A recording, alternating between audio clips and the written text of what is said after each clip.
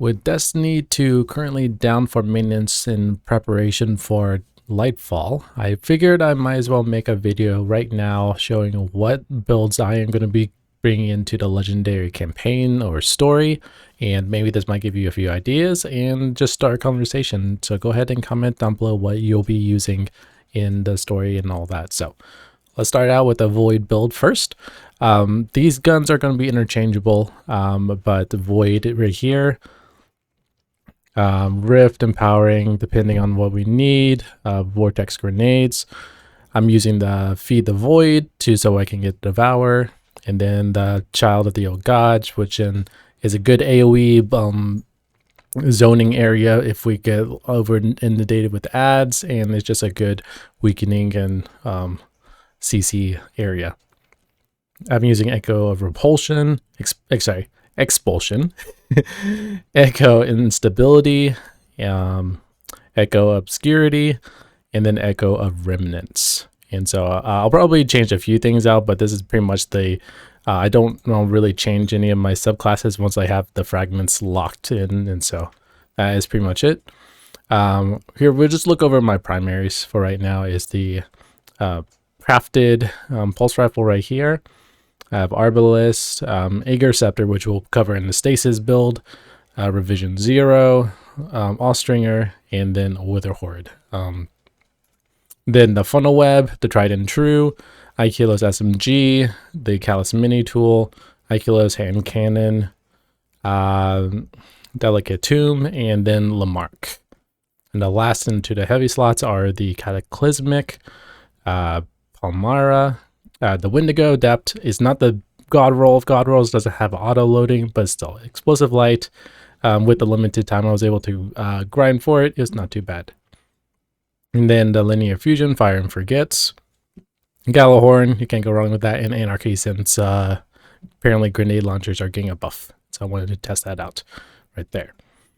Stat-wise, I'm more focused on resilience and discipline, and then if I can get recovery into that. So I don't think I've quite got triple stats on any of my builds for my Warlock, but on my Hunter I do. So that's the Void build. Void weapon primarily will be either the Funnel Web or the Lamarck between, and then whatever linear I feel like choosing for the fight, or depending on the situation. So that is my Void build. Let's go over and look at the Solar build. Again, weapons are probably going to be interchangeable. Probably go with Wither Horde and a linear rocket because of the build that I'm going to go with, which is, I'm going to change that out. I'll just choose a leg piece, and I'm going to be using the Starfire protocol. Again, discipline is going to be higher versus recovery, but you'll get the idea. Starfire protocol, let's take a look. Empowering Rift with Celestial Fire, and then actually that needs to be Fusion Grenades, and Aspects is Icarus Dash with Touch of Flame. Fragments are Embers of Torches, Ember of Wonder, Ember of Searing, and Ember of Benevolence. And again, I don't really interchange these. These are pretty much what I found works for me, and I haven't really changed it. I just pretty much click on the subclass and we're good to go. So Solar is a Starfire protocol build that I'm pretty sure you've seen around the internet. Now for the Arc build, it will probably switch over to the Ikelos, Wither Horde, and then probably have Anarchy actually because of Arc more. And then I'll switch back to this, and then I'll be using right here. Oh, actually, no, I'll be using Delicate Tomb for this. Reason being is because of the Fallen Sunstar exotic, because it creates ionic traces, and so this is an ionic trace build. And so I'm just going to be trying to generate as many ionic traces as possible. So I'm just constantly feeding them back into my abilities, into ability spam.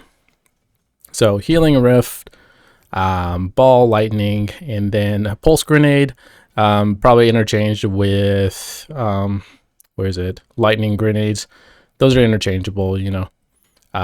Arc Souls, just to be able to give your teammates an extra buff and damage if need be. And then Electrostatic Mind. Fragments are Spark of Discharge, Spark of Shock, Spark of Ions, and Spark of Amplitude. And so that is pretty much my arc build. So that, yeah.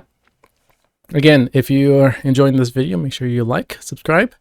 And if we go to the final build, which is Stasis, I will be going to most likely, I'm going to be going with a build like this with Aegir Scepter. Let me swap out something right here.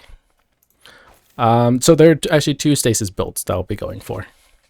And again, the mods here do not, like, there's going to be a revamp on the armor system from what I hear. So there could be like, I'll have to do some little swapping around, and I will be going live tomorrow at noon Eastern. So if you wanted to see what my modified build is for the runs, go ahead and check that out.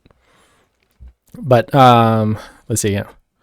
Yeah, so it's this one here is more focused on the Aegir Scepter. So build your super as quickly as possible, and then once you get the buff, a buffed damage, I think elemental shards right here, because that goes in with the stasis fragments and all that. And so then it just pretty much buff in the stasis weapons into my arsenal. So we had the healing rift, the cold snap grenades, and all that. I really don't like using the glacier grenades or dust fields.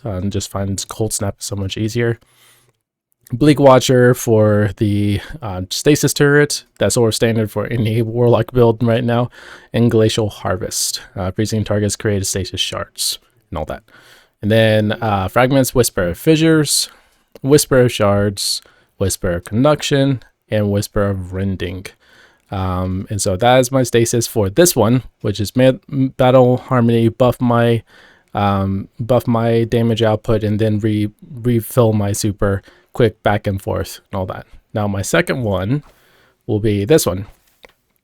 And so I'm just swapping it out with the Ozymandium gloves. And this is just pretty much if I want to spam turrets and just pretty much fill the whole room with stuns and all that. I probably won't go with Aegir's for this one.